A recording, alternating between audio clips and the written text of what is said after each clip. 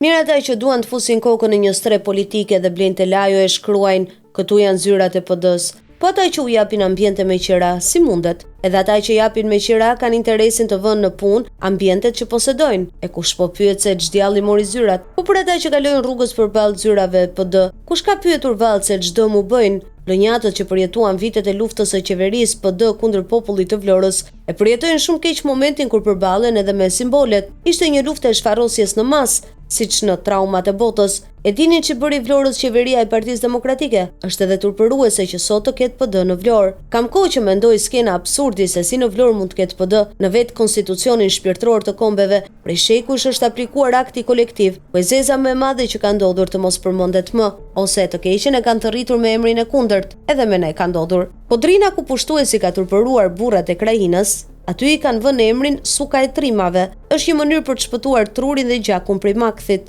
Vlora nuk shpëton kurrë nga makthi i sulmit për shfarrosje që ka kryer qeveria e PD-s. Sado që përpiqen të vënë tabela PD, pardje më duket, shfaqet një lajm për organizatën e Rinisë Demokratike në Vlorë, që qenë ka shpërbërë dhe disa prej tyre, pas kanë përkrahur punën transformuese të socialistëve në qytet. Nuk zgjati aq, dhe një grup agresiv u shfaq në ekrane dhe tha: "Ne jemi PD, jo ata tradhtarët që i bashkojnë Ramës." Vetë gjua dhe hallakatja e atyre të rinjve shmon se nuk ka vend kurrë PD-ja në Vlorë, edhe pse tenton të hyjë si hizër, psheurazi. Qeveria e PD-s në mars të vitit 97 tentoi të hyjë me avion luftarak, me bombardime kundër urave, me ushtri kombësore nga rruga e Selenicës dhe Llogaras dhe fsheurazi. I fundit që kishte hyrë fsheurazi ishte në atë marsi. Atë moment Vlora jetonte e qetë, sepse kishte ndaluar të hynte çdo kënd që vinte nga Berisha. Mbrëmje vonë, e freskët sipas tuhis.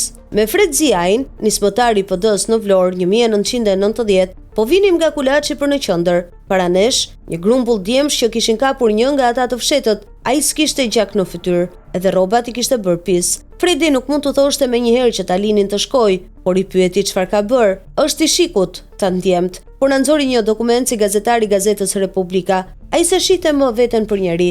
Lëreni dreqin, ta Fredi. Emrin e tij nuk po e them. Siç hyri fsheurazi në Vlorë, ashtu njerëzit e tij tani ndodhen në administratën e mazhorancës socialiste. Në institucionet e shtetit kanë hyrë edhe disa që bëjnë kryengritje të armatosur për të rrëzuar me armë rendin kushtetues, por tani janë diku në krye. Të tjerët që nuk hyn fsheurazi nga qeveria e PD-s, më së shumti nuk ju bindën urdhrave. Një fëmijë 13 vjeç që e kishin marrë nga fshatrat e Mirditës për të luftuar në Vlorë, erdhi një moment që e zuri malli për prindrit, nisi të qajë të tërraz, dua nanën, dua shtëpinë dhe u hodh nga karroceria e makinës. U bë cop. Dikush prej atyre u bë shtrim dhe e qelloi me Kalashnikov. Nuk do të hynin fsheurazi as dy pilotët e bombarduesit MiG-17, Ariane Lezi dhe Agron Daci, u ngjitën deri në qiell, kaluan mbi Vlorë dhe ulën në Brindisi, Itali, pa ju bindur të merrit. Atë ditë mund të ishte fundosur jeta në Vlorë. Të tjerë që tentuan të hynin në Vlorë përballën me rrethimin e djemve të Vlorës. Sa paron nata, çdo mbrëmje, që nga ura e mifolit e Bregdeti ndriste nga pishtarët dhe thirrjet ndalni dushmanin.